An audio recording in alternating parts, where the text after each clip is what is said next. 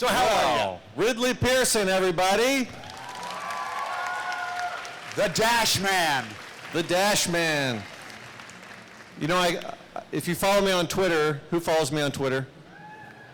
Why is everyone not raising their hand? What's wrong with you? I called him the spawn of Satan today. Thank you. Thank you very much. Which is very, very true if you know anything about him. So, no, but are we excited to be here or what? We're excited to be here. Yeah. Are you guys excited? You know what I want to know? Yes. Since I grew up with the name Ridley, and when I was growing up, a popular chewing gum was Wrigley's Spearmint Gum. Yes. So everyone always called me Wrigley, and there were also books called Ripley's Believe It or Not. So if they didn't call me Wrigley, they called me Ripley. So since the success of Maze Runner, how often do you get called the amazing James Dasher? Yes, all the time. Does that sicken you? And they always think they're the first ones who've ever done Exactly, yeah. But it's cool.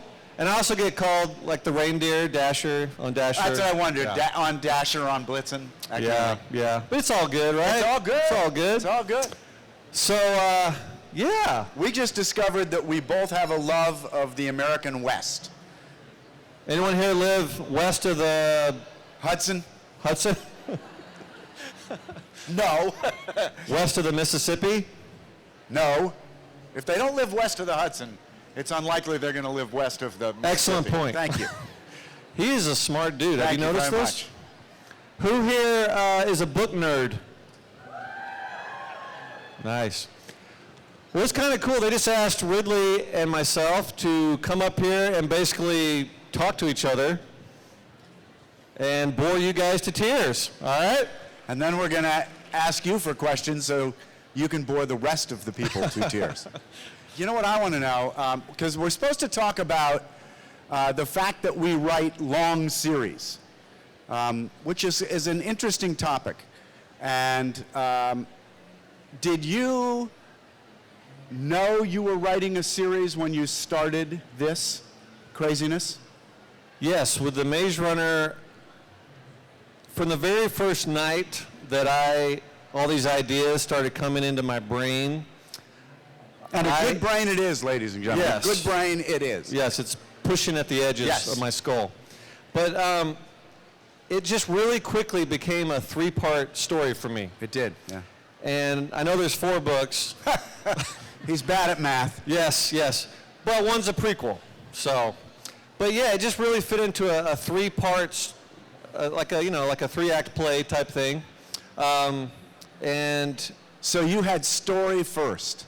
Yeah, absolutely. What about you? Well, I often have story first, but I've also come to realize, as I'm sure you do too, that what we all love in reading is character, because that's what attaches us and holds us in the books and in the series. Absolutely. And so, you reach this point, I at least try to, are you an outliner or a seat-of-the-pants guy? I'm somewhere in between. There's no in between, James. You either write it down or you don't. I wear pants, but I don't. My editor, who with Random House, has turned me into an outliner. Ah, okay. And it honestly has made me a much better writer. Oh, interesting. So I'm a believer, but I used to just like to sit down, sure, kind of like Stephen King, and just let it flow. But since I've started making outlines, it's helped me cut short the process of editing. That's the whole thing. Is we're actually on schedules, so that's usually what makes the demand for outlines. So I co-wrote a series with Dave Barry called Peter and the Starcatchers. Oh, we know. So they only made a musical out of it. They did. I had to introduce Dave to that word, and he had to look it up in Webster's. It was like, what's an outline? This Pulitzer Prize winning dude had no clue. So do you outline the series? Well, now I do. Now you do, yeah. When I wrote Maze Runner, I had all this stuff just floating around my head, and I knew, generally speaking, where it was going. Now, you have this stuff in your head. Do you write it down? or do you have a good enough head you can keep it in there? I write down maybe like a page or two of bullet points. Okay. But then I'm so excited about the current book that I don't really spend too much time on the other stuff except general ideas. Right. When you do an outline, how long is it? Oh, they've been anywhere from, single space, they've been anywhere from probably the smallest is 15 pages and the biggest is maybe 75. Whoa. You are a true outliner. Yeah, I'm a pretty tenacious outliner. Wow. But I think that, have you ever read Writer's Journey by Christopher Vogler? Do you know that book? I haven't.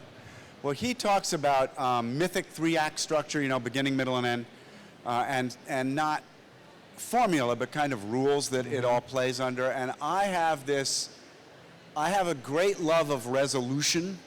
I don't have a great love of the series that just sort of go and stop. Yeah. And so I want to know, I'm like you, I mean, I certainly don't have the other books outlined, but I have a really fairly clear idea of what the middle of the series is going to be if it's 3 books, what that middle book's going to be, what the end book, and let it figure itself out later. But before I write, I've got, like you, a bullet point or fully, but I also try to do the characters that way. So I know that, this character is going to start out jealous and go through this and resolve into some sort of satisfaction or murder everyone in the room. Yes, that's what I like to do. And do you have supporting characters that just show up? Or, Absolutely. Or do you have the cast in your head before you start? No, my number one rule is that even when I do outline, if anything comes to me or pops in my head as I'm writing, that's usually some of my best stuff. Yep. So You got to go with it. yeah, I never just, treat it like a You're not Bible. allowed in here. Right, Yeah. right. But now characters, interesting you said that. Because do you outline your characters? I do. So you like their character traits, their background life? I know if they like broccoli or Brussels sprouts. Do you do the thing where you interview them like a crazy person? No. Oh, okay. Some people do that. I know. No, I sketch out notes, and it's stuff that people won't see, but I know about them because do you base your characters off of real people? Maybe some of their traits, but not as a whole. Yeah, that's kind of what I do. I'll take 2 or 3 people that interest me and grab their traits or whatever. But, again, I think that the more we as writers take the reader on that emotional journey with the characters, along with the action, the better. I tend to be an action guy, so I have to kind of put a bit in my mouth and say, slow down and remember to appreciate the characters. And you are a wicked action guy. My gosh. But do you agree that there's teenagers screaming somewhere? That's awesome. That's because we aren't there. Yeah, notice why aren't you guys screaming? Let's scream. By the way, can you hear us okay? I should have asked that maybe 10 minutes ago. Can you hear us too well? Yeah. But now I completely forgot what I was talking about. Characters. Supporting characters. Outlining characters. Outlining characters. Oh, man, I was going to say something brilliant, and I forgot. Action. Oh, I got it. All right. So, no matter how action-packed a book is, Right. You've already said that, of course, characters matter most. Right. Because if your character is about to die or could die, but you don't really care, we've kind of lost you, right? Yeah. But don't you feel like you have to put in a lot of little intrigue and mystery, like wondering who this person is, or why that happened, or why this mysterious note appeared, or why do they feel like they've been there before, all these little things. Because action, it can get old really fast. Really fast. Unless you have the intrigue mixed in. Yeah, backstory. Yeah, so So do you plan your backstory, or do you discover it as you write? I try to plan it enough that it doesn't feel contrived later on, like all these things just happen to happen, or are building on something that has no basis to it. But again, if a lot of times I almost work backwards, I'll be writing and I'll think, oh, dude, what if this happened? Even though it makes no sense to me right now, if this happened, that would blow people away. And then I try to figure out if I can make it make sense. Oh, that's cool. Now, if it doesn't make sense, obviously you got to bag it. But a lot of my cool ideas have kind of come backwards, where the thing that happens occurred to me, and then I work backwards to make it Yeah, I true think to the that's story. like Agatha Christie wrote. I would yeah? I don't know, but I love feel Agatha like that Agatha Christie wrote from the back forward. Yeah, probably. Because, you know, she always knew exactly who had done it, and then would just figure out going backwards where the story could start to get you to that moment, as opposed, it feels to me when you read those books, it's more that way than she discovered it with us. It's Yeah. like she had it in her pocket, you know, all along. Now, Anybody know what we're talking about at this Many of point? you are very young, but raise your hand if you've read an Agatha Christie book. Okay, Wow, look at that. that makes me happy. How about a Sherlock Holmes book? All right. I'm meaning to. It's funny. It's funny, just last night I was talking to Beverly from Random House, or somebody, maybe it was Barbara, but I have actually never read any of the original Sherlock Holmes. Isn't that embarrassing? Oh, it's not embarrassing, but I'm no longer speaking to you Okay, today. that's good. Because But I've that's read, that's like what I, 40 Agatha Christie novels. I don't know why I've never Oh, read. yeah, that's interesting. I'm ashamed of I myself. completely, I think the thing, one of the big moments, like what got you into writing? What, I Honestly, mean, Dave Barry's line is that we have no other useful skills, but beyond that, that's number one. yeah, Number two, it was Judy Blume. it was Judy Blume. Who loves Judy Blume? How about that, ladies and gentlemen? Did you know that I had, the first time I visited Random House, I had cupcakes and tea with Judy Blume. Whoa. Is that ridiculous or what? It was awesome. Well, Dawn, I'm going to interview her in about 3 weeks. I was going to surprise her, but she Oh. already knows of your love. Oh, well. Your undying love. Yeah, I grew up, when I was a kid, I was reading Super Fudge and Blubber and all these books. And it was the funny, like, those funny, silly, quick-paced stories that first got me into writing. But when I was in middle school, I noticed my mom had millions of Agatha Christie novels on her bookshelf. And I started reading those, and then my next stage was Stephen King. Wow. So we share, you know, this is something all parents will maybe, and you someday to be parents, because my thing was that my parents had John D. MacDonald, the Travis McGee, on their bookshelf, and so that's what I teethed on, and then I moved on to Stephen King. Oh, yes. Yeah. Yes. The great Stephen King. Stephen King's my favorite author, no doubt. No, he's an amazing guy. You're actually my Yes, favorite thank author. you, And then thank you, Stephen Ken. King. Yeah, okay. So when you wrote something like Scorch Trials, and you have that wild opening scene with everybody clamoring to get inside and eat us all alive, So a good did pick-me-up you story. did you see that from the moment you envisioned the book? Was that one of those bullet points where you said, okay, this is, or you know, in other words, do you know where they're going to start necessarily, and where they're going to end? I usually know where they're going to start. I really, really like to know where they're going to end, because I feel like the whole point of a book is to get you there. That may be really obvious, but if you don't know where you end up, I think sometimes you... And I think for anybody writing now or want to write, who's out there? Nobody? One guy. Oh, there are some people. So I think one of the biggest mistakes, Meg, which James just brought up, is that if you don't know where you're going when you start a story or you start a book, it's like getting into a car with a full tank of gas and having no destination. It's inevitable you are going to run out of gas.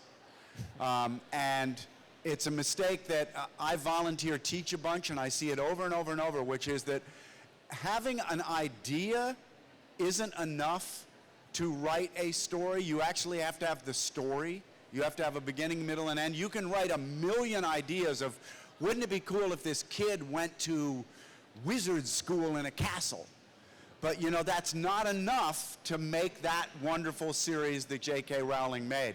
So you want to, as James just said, you want to have that end point out there. You want to be able to say, this is where I'm trying to get to, because then whether it takes you 2 pages and it's a short story, or 100 pages and it's a novella, or 300 pages and it's a novel like we write, you actually have a destination, and you won't just, as James said, wander around and sort of burn out and reach that middle point of the middle act and go, I have no idea where I'm going, which happens time and time again. Anyway, that's my moment of voluntary teaching. Thank you. That was awesome. I hope you wrote that down. Imagine getting in a car without Google Maps. All right. So Ridley. Yes, sir.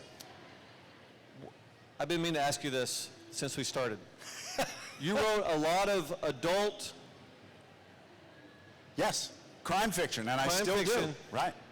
When you transitioned to writing these awesome, young adult, middle grade adventure stories, you started thinking more of epic storylines.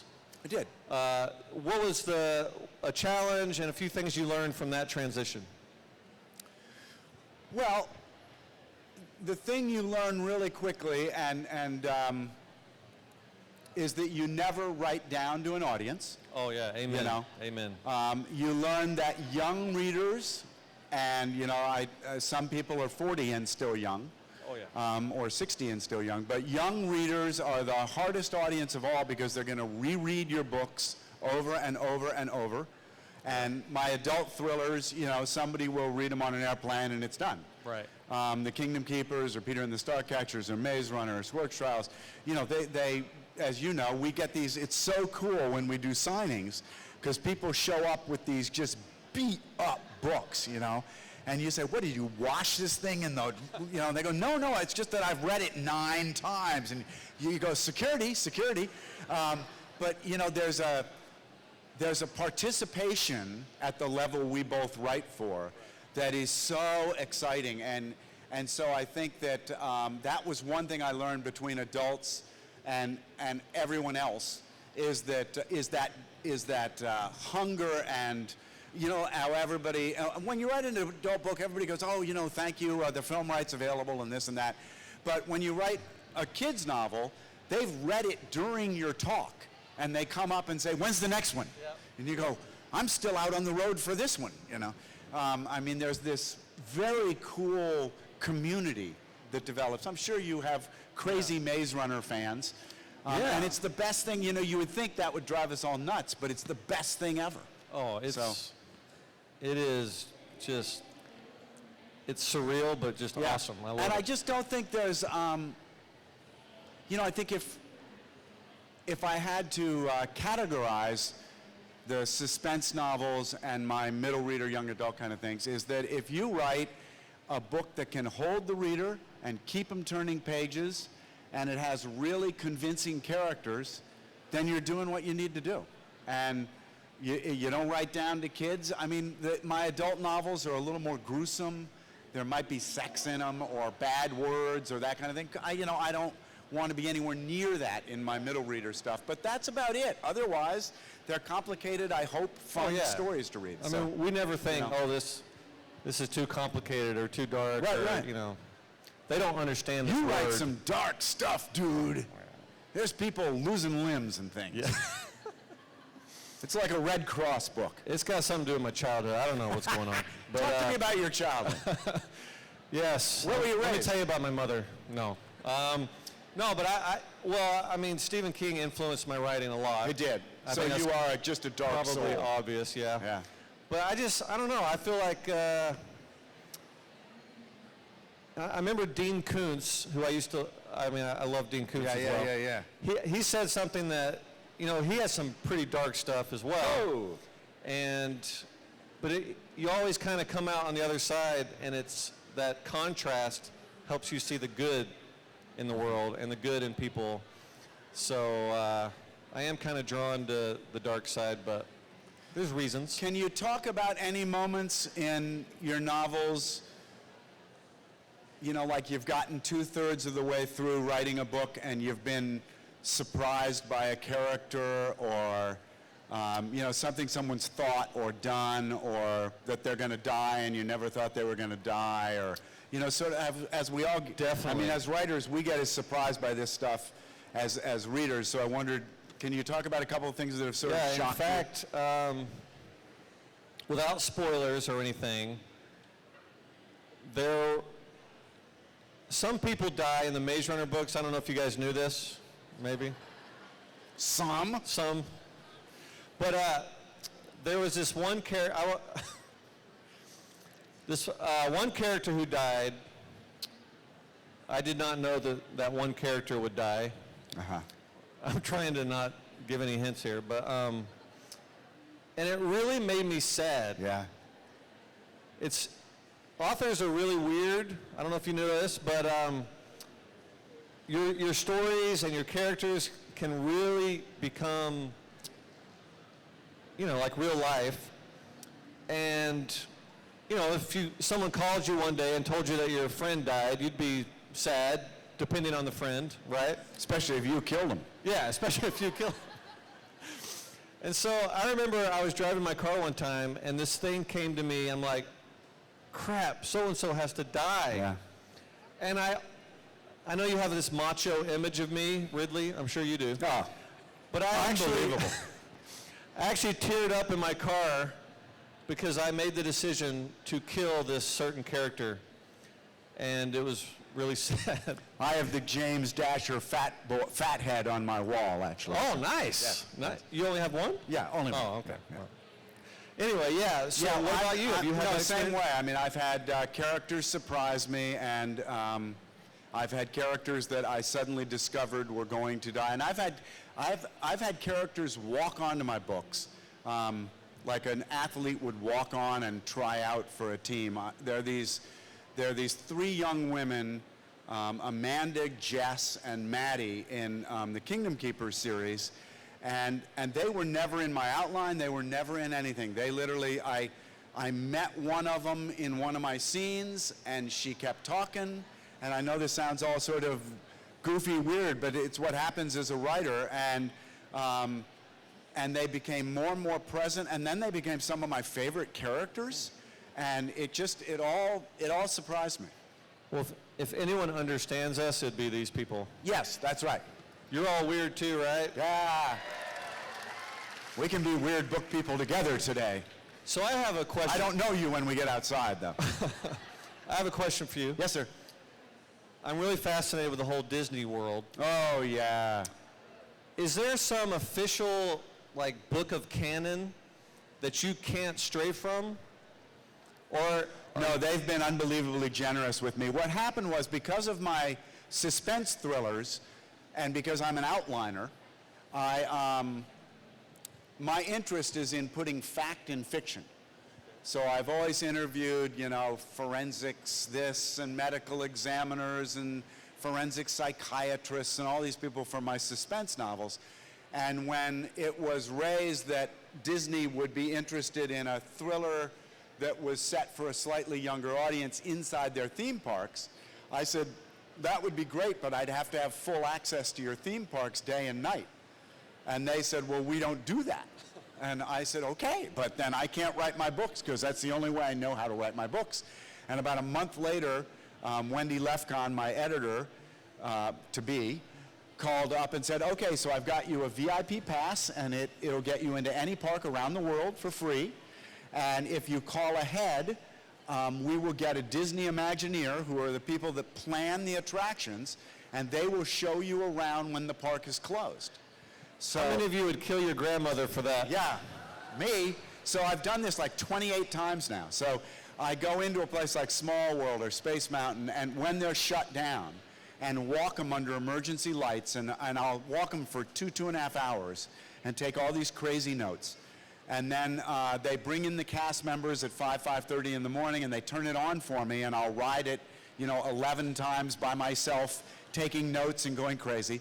And then I go home and write about 5 teenagers who get inside the parks and do basically what I did. And I wrote this one scene in the first novel because when I was in a ride called It's a Small World, about 3 scenes in, this is now, it's almost pitch black in there. It's that kind of hurricane emergency lighting stuff. And no music, no colorful lights. The dolls are all... That is creepy. You know, and it was really creepy. And we're going along, and 2 of the dolls out of the peripheral vision moved. They just went. And I jumped out of the boat.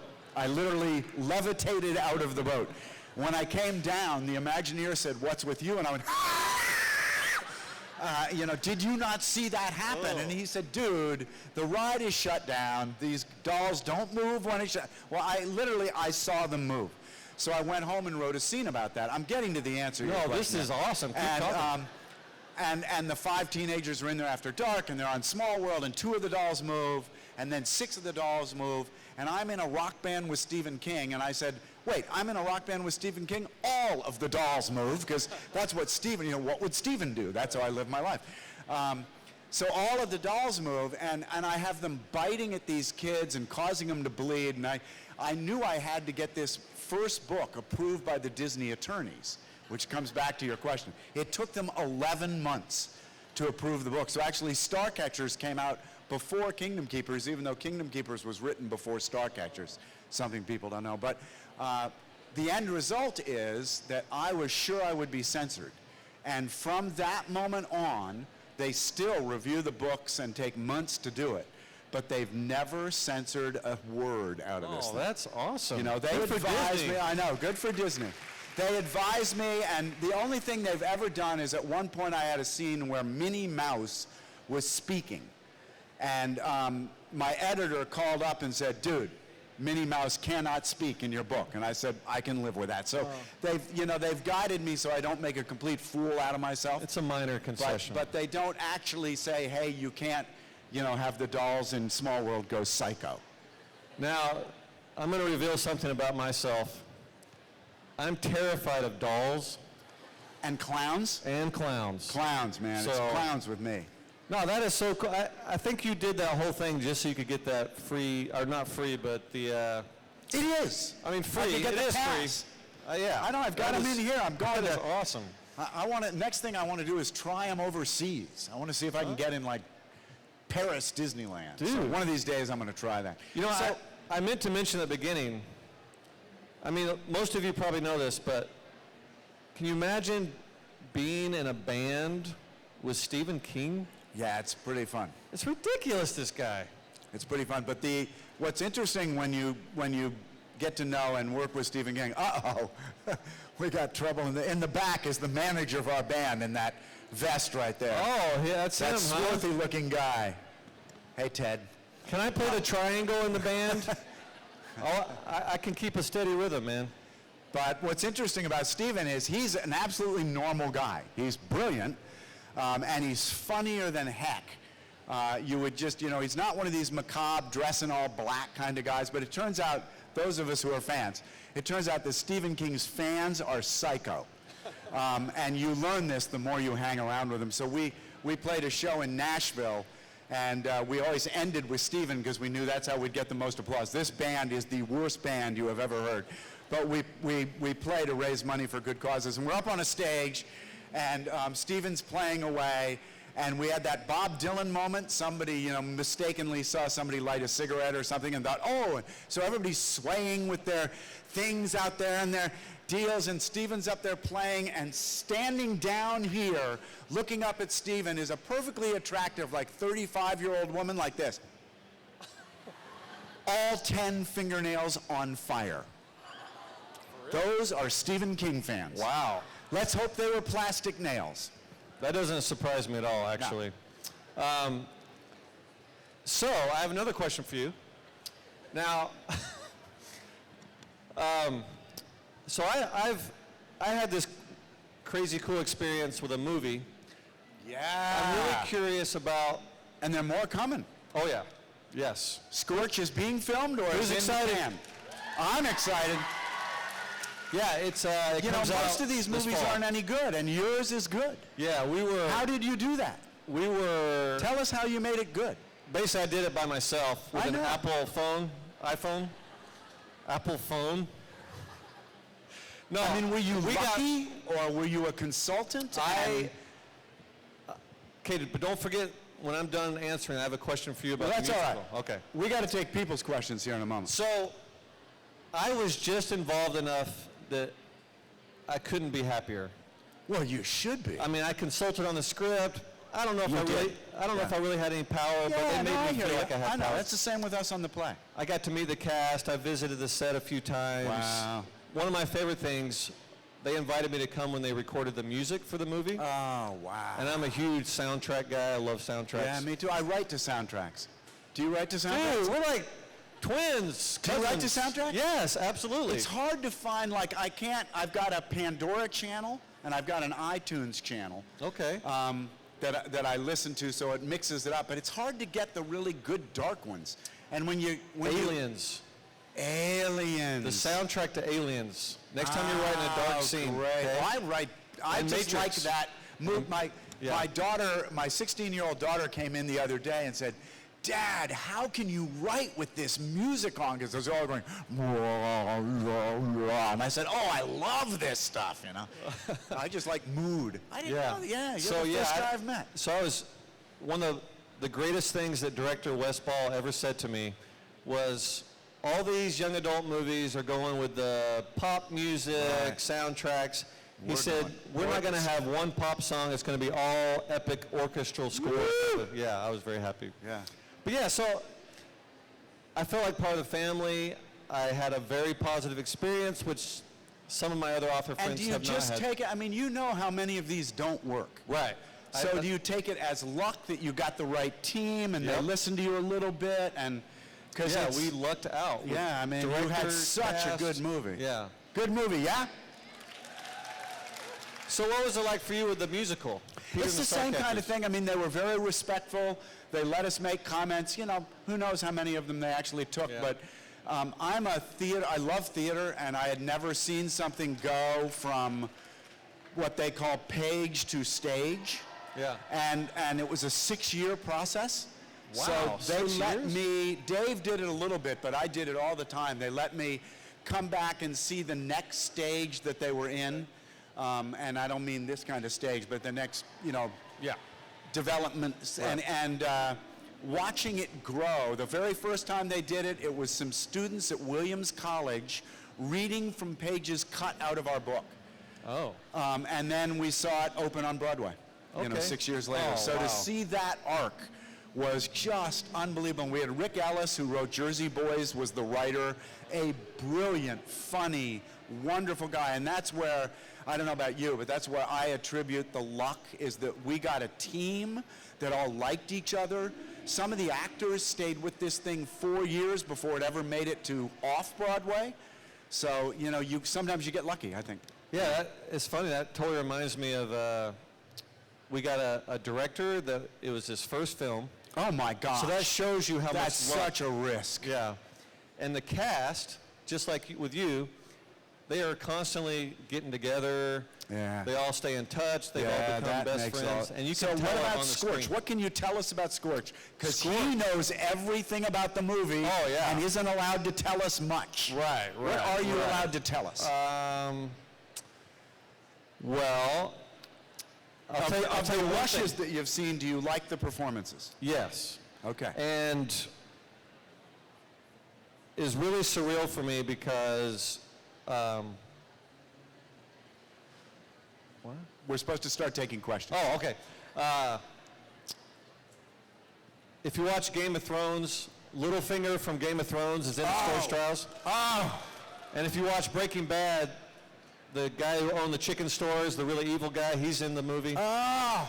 So it was really surreal for me to have those guys. Having Littlefinger in there is amazing. But the Cranks, if you've read my books, the Cranks, they are going to disturb you for the rest of your life. They So- already disturb me for the rest of my life. Now they're Yeah, gonna... and Wes really wanted to make sure they weren't just like zombies. Right. So if you can imagine, Wes said, how can I make zombies way more disturbing? So prepare yourselves for that. It's going to be awesome. But What's your date on that? comes out September 18th. Wow, congratulations. Thank That's you. just amazing. Thank you. As one who has always wanted a movie made, I've written 48 novels. I've never had a feature film made of any of them, probably for good reason, but I am in awe of those that get it done and get it done well, so I think it's just amazing. Before I even knew we were doing this, Peter and the Starcatchers came to Salt Lake City and I saw it, and it was great. Yeah, it is. It's a really fun show. Thankfully, we had nothing to do with it. Who wants a Maze Runner musical? I want to kill you. I want to kill you.